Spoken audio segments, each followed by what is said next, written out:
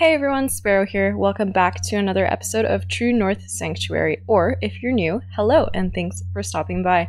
As of right now, while recording this voiceover, we are at over 600 subscribers, which is like 10 times more than I thought there would be after a month of uploads. So thank you so much for joining me on this Planet Zoo journey. Today we'll be adding bison and pronghorn antelopes to our prairie pathway. That's what I think I'm going to call this middle section of the zoo. As you can see, I did a little bit of measuring and prep work in the building at the back, and we are putting our habitat barriers in around it. Going to attempt to place our bison in so that the traversable area can be more easily measured while building. The next thing on the to-do list is some terrain work. I imagined this habitat to slope downwards away from the building so that guests can get a good view of the animals from every side of the enclosure. I know prairies are generally more flat than this, but a lot of the southern regions of Alberta, where you might find plains bison, do have cliffs and slight hills, so this habitat will kind of reflect that. Like the prairie dog habitat we built last time, it will have more of a rocky feel with mostly low-growing grasses and plants. Maybe a few trees, since this is a large habitat and we will need to spice it up a little bit. For the fences, I did some research and found that a lot of zoos use a mix of metals, woods, and meshes on bison enclosures. I didn't want to use wood on its own because bison are big and strong animals, so a mix of metal and wood ended up being the play, with a shorter wood fence in front to keep guests from sticking their fingers through the gaps. I did also look at cattle fences, since bison and cows are pretty similar, so that influenced this build as well, especially the stable area that you saw laid out in the building. It's just really too bad that the metal fence I used isn't recolorable. I did like the joins on the ends though, and how they stick out from the wood beam. Could have recreated it myself, but we're going to try to keep the piece count to a minimum if we can. Sometimes, like with these conservation slats, it just looks nicer if we use individual pieces over a wood panel. That way we can stagger the heights to give it some more variation, and we'll be using a lot of that throughout the build today. And look, I'm getting better at recoloring browns as well. Before we put our fences around the enclosure, I'll be building a retaining wall with concrete along this edge. Tried to line it up parallel with the path so the distance of the fence from the path will be the same all the way across. Had some issues with the grid size here for some reason. I would click, but maybe my mouse is dying and it didn't register every time. It was quite annoying. It continued to happen throughout the build. Going back in with the terrain brush to make sure the retaining wall doesn't have a massive gap between itself and the path. I like to make sure it's lined up, but then always have to go back to the other side of the wall to make sure there's not a whole bunch clipping through. Making it look good on both sides is a trial, but rocks are also your best friend in this, so I will end up covering a bunch of that with those later. Now that we have the retaining wall in, it will be a bit easier to make sure the fences are also nicely lined up. We're going to take those all the way around the enclosure, trying to stay a little ways away from the path so that we still have room for our shorter keep away fence in front of them. So while I do this, let's talk about bison. I think they're such impressive animals and they have such a long history in Alberta that I couldn't not have them in this zoo. I actually visited a bison and elk sanctuary recently and learned that that specific national park is responsible for breeding nearly 2,500 bison that have been distributed around the world to help with conservation efforts. Apparently, they put a lot of effort into managing lineages to ensure healthy, strong bison and avoid inbreeding. So if you have bison in a zoo near you, there's a big chance that they have ancestors from this Albertan sanctuary. Fun fact of the day for you. As part of bison history, we also have the less fortunate side of settlers coming to North America. Before the settlement of the West, there were about 50 to 60 million bison on the plains of North America. By the 1880s, bison had been hunted to near extinction with only a few hundred left. In 1871 to 1872, an average of 5,000 bison were killed each day. To fuel European trade. And unlike the indigenous peoples of North America, Europeans didn't use all parts of the bison. They mostly just took the skins and the tongues, which I guess were a European delicacy, and they would just leave the rest of the animal to rot and then come back to collect the bones, which were also extremely valuable in creating bone char and bone china. Thankfully, since then, conservation efforts have brought the bison back from endangerment, but their history remains pretty terrible overall.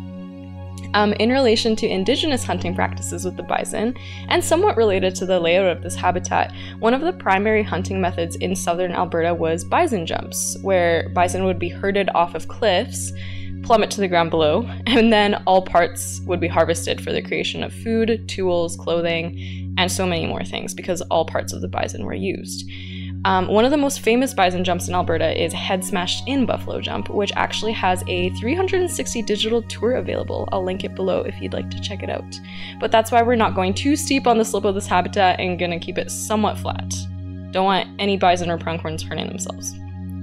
So, moving on from our little history lesson, we are going to put together some backstage fences.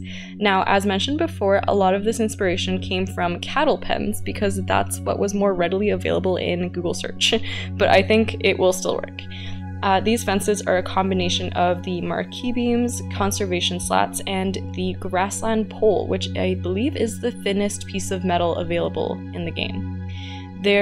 Actually, here is a good look as to why I am such a slow builder. I just get fixated on these little things, like making sure the poles are the same distance apart as the slats. They don't really need to be, but in this moment, I just really needed them to be like that. Once the first piece of this fence is built, I will copy it over and make a half-size version, a keeper door based off of the half-size, and a sliding barn door based on the initial version. And once the initial builds are complete, it's time to slide them in on top of the sunken walls I used for my layout. Just going to make sure everything is nice and flat to make it easy to place the fencing. One thing I wish Planet Zoo would let us do is copy more than one group at a time with the advanced move options. When working with created fences like this, each piece of fence needs to be copied over by itself, which can be kind of annoying. It would just speed up the process if we could do more than one, but it's not the end of the world.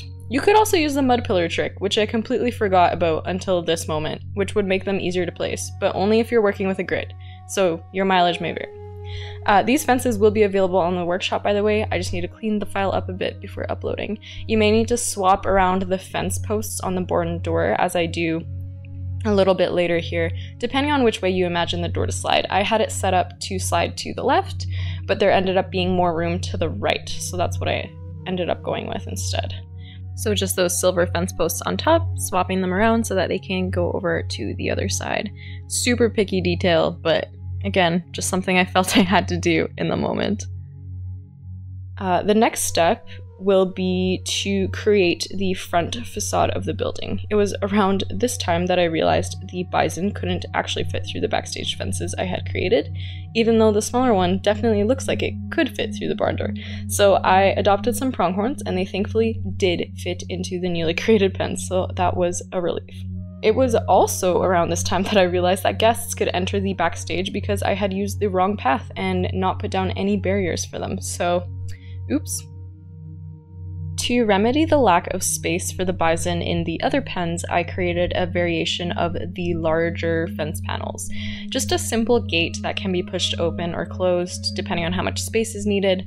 I believe I add a hinge to the bottom to make a pretend locking mechanism, basically. In the back there, you may have noticed a big animal door, which will be for delivering the bison and pronghorns to the habitat. As mentioned in our backstage episode, not all animals would fit into the build or holding area in the staff complex, so there will be a road that allows deliveries right to the habitat if necessary. So yeah, another reason for these gates to work properly for both animals in this habitat. Finally, it's time for concrete flooring, as everywhere else so far, splitting the groups into multiple parts to line it up with the walls properly. And then we'll add a little wooden patio, I guess, to the front for some flavor.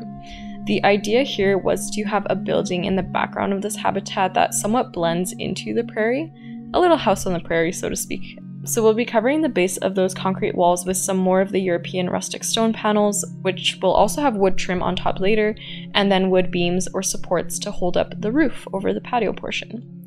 We'll be using the square painted wood beams for that to give it some nice weight and distract from the concrete walls, because that expansive gray can be a little much sometimes. We will also add some decals later, just to break it up a little bit.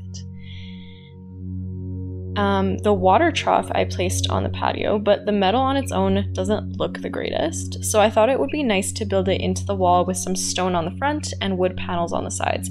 Not entirely practical with the wood, but one of the pieces that fits without sticking out the other side and ties in with the wood beams above. Off to the side of the building, we're going to have a sort of bullpen with a small gate, so the male bison, for example, can be sectioned off if need be. This could also be done inside of the building if necessary, but the spot was looking a little empty, so it was a nice way to fill it. Inside of this pen will be the feeder for the animals, a little something to draw them in closer to the entrance of the zoo. And now it's montage time. You know it wouldn't be a Sparrow video without one.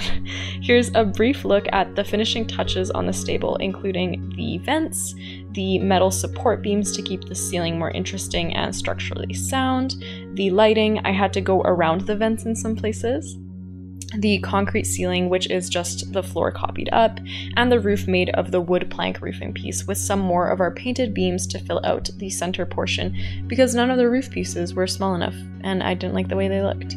I think it adds a nice detail and breaks the roof up a little bit from the expanse of brown plank. When it came to painting the terrain, I stuck with a similar idea as the prairie dog habitat, mostly dirt with some rock around the edges of the retaining wall and viewing gallery, which will be filled out with some actual rocks momentarily, and grass in the center, but leaving dirt paths throughout. In zoos, I believe these dirt paths are called pacing lines or trails, and they are where the animals walk the most. But in design, they can also be called desire paths or desire lines. Humans do this too, where sometimes there is an easier path through than the sidewalk, and you might cut across a patch of grass or a big green space because it's faster. If enough people do it, the grass or plants there get worn down and we get a desire line. I forget where this was, but instead of immediately putting sidewalks into a high traffic area, an urban planning team planted grass, observed where the desire paths were, and then planned the construction of sidewalks around that. If I had more time, I would observe the walking habits of the animals in this enclosure and plan the dirt painting around that, but sadly I do not, and I didn't want you all waiting a month for this video. When it comes to rock work, again, I wish I had more tips for you, but I just put rocks where I think they look good. There's no rhyme or reason really. I will say it's easier to place the large rocks first and then filling gaps with the smaller ones, which is exactly the process you see here. While that happens, let's talk naming for this enclosure. Since it's such an open habitat, I decided that the naming scheme for this enclosure will be constellations, because these animals generally sleep out in the open under the stars. So our bison male and female are Taurus, very original I know, and Andromeda, while our pronghorns are Orion and Lyra. Lyra also happens to be one of my favorite characters. She's from the His Dark Materials series. Planting time. Once I get to this part of a build, I know the end is almost in sight, so it's quite exciting. This habitat will see a variety of grasses, small plants, and some bushes. Mostly buffalo grass, all three types, big blue stem grass, both regular and dry, a little bit of goldenrod, some saltwort, and nettles to round out the palette. The planting method this time was creating bigger patches first where the vegetation was a little higher than elsewhere. Maybe the animals hadn't flattened it as much. Then I did a layer of buffalo grass all over that was grouped together. This is the important part because I placed the buffalo grass on top of the ground rather than sinking each individual piece in on its own. Then I just had to select the group and lower it all at once to create the textured effect I wanted. I will try to catch that on video next time because I believe my recording program decided to die at that moment. Finally, some trees. The beech sapling was a good pick because it's small and doesn't block the view too much, and then I settled for the white birch trees because, I don't know, they match the vibe better than the other trees. Also because the bison and elk sanctuary I visited earlier this month did have a lot of birch trees in the area, so maybe it was a subconscious decision. Just going to round out this corner to protect this tree, and then we're on to the last thing before our tour. The viewing gallery. But Sparrow, why are you building it on the ground? Well, I actually find it easier to build certain structures on the ground because I only need to think in 2 axes instead of 3. Until later, of course, when I use the advanced move tool to move the entire group up. Maybe it's a depth perception issue. This was probably my 3rd attempt because building it in the air was just not working for me. Again, a lot of wood beams here to tie the gallery into the fencing and the stable supports, but I don't think it's too off base. The bison sanctuary in Alberta had a lot of wood structures, as did the sanctuary I visited in Białystok, Poland a few years ago. Different types of bison, but the aesthetic remained quite similar.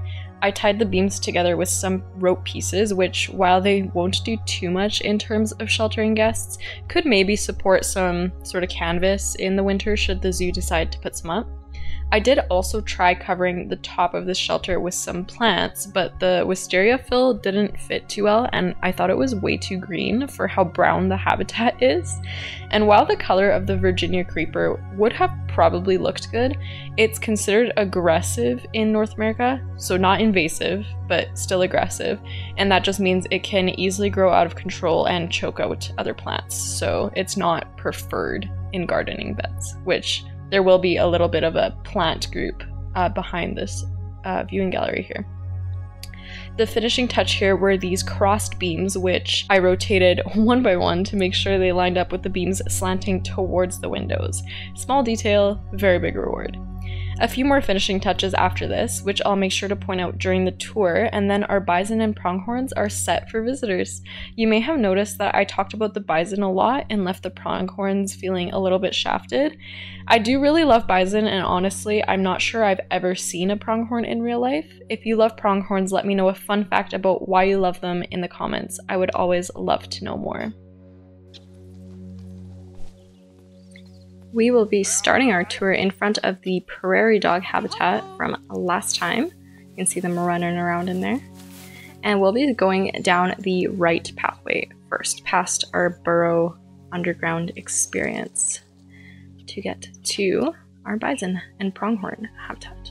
Obviously nothing on this side of the zoo yet. It's very, very empty over there. But as we round the corner, here is that animal door I was talking about for delivering the animals to the habitat. And as we continue walking down this way, we see the viewing gallery. And we also have a cute little look into the patio here.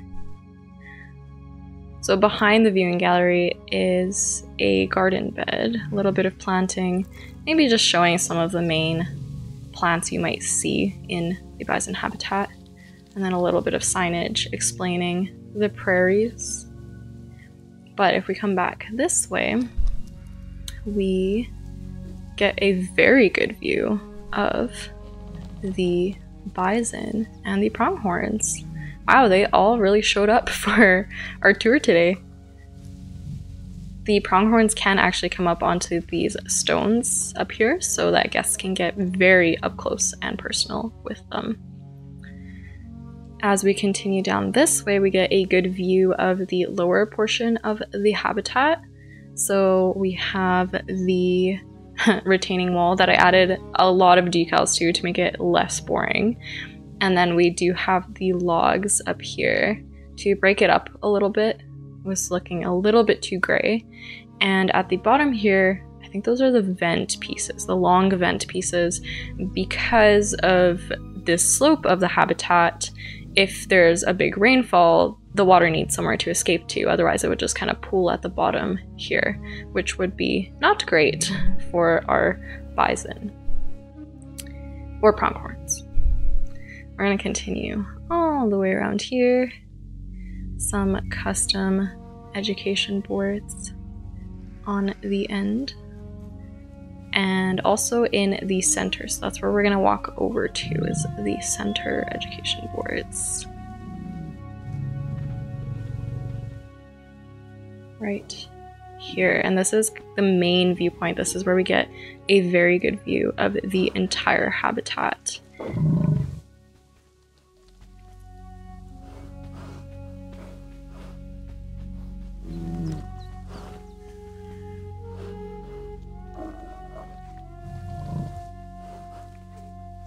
I'm very happy with how the grass turned out. I think it adds a lot of texture that the terrain brush can't, which is my main beef with the terrain paint.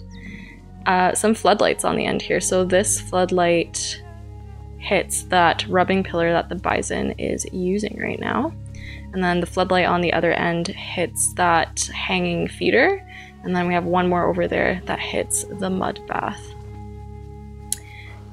Just a little crank down here so that you can raise and lower the floodlight as necessary. And then we're gonna walk over to this viewing area, which gets a very good view of the mud bath and also the bison, because they are really showing up for our tour today. Hi Taurus, how you doing? The size difference between Taurus and Andromeda is actually insane. Like, she's so tiny compared to him. Not sure if real bison are actually that big of a size difference. Maybe.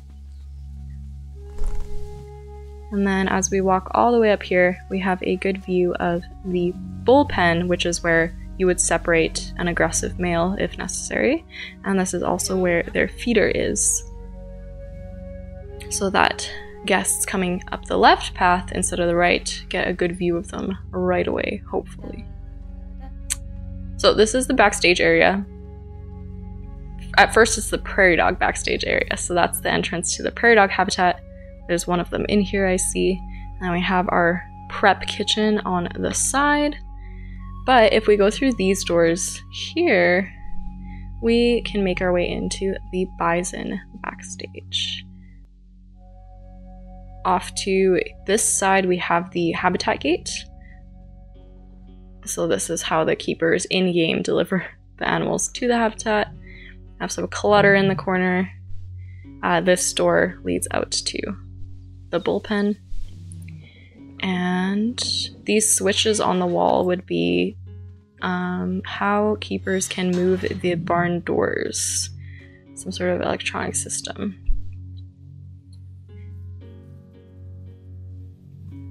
Maybe someone was cleaning up in here. That door is closed. But these two are open. Doesn't look like any of our animals are in here right now.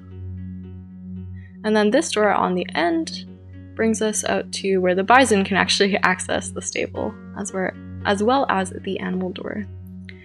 I did make some little custom feeders. These are mostly metal beams, the hinge piece, and I just put some nettles in there to make it look like there was food.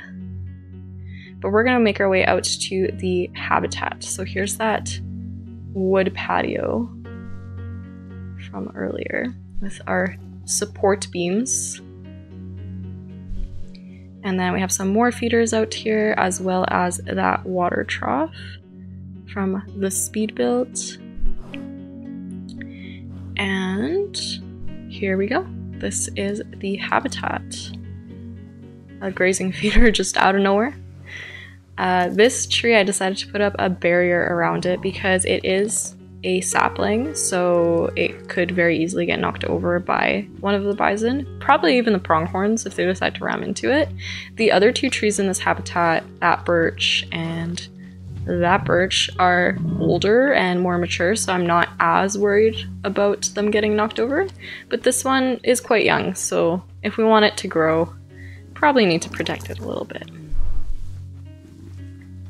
We're just gonna make our way down to the lower portion so that we can look up at the lovely stable in the back.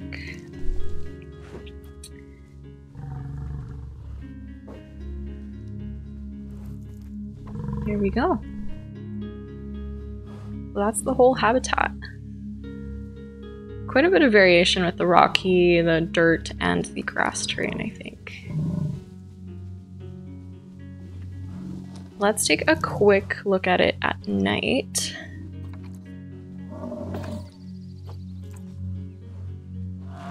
Yeah, so that floodlight over there illuminates this rubbing pillar, which I stuck a log into this to make it look a little bit more natural, because here's the rubbing pillar, and that's just a log that I stuck in. The other floodlight over there illuminates the hanging feeder, as well as this area where the bison actually like to lay down and sleep, so that worked out perfectly.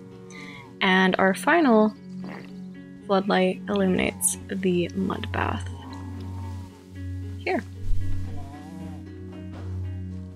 as well as our nice porch lights on the stable exterior.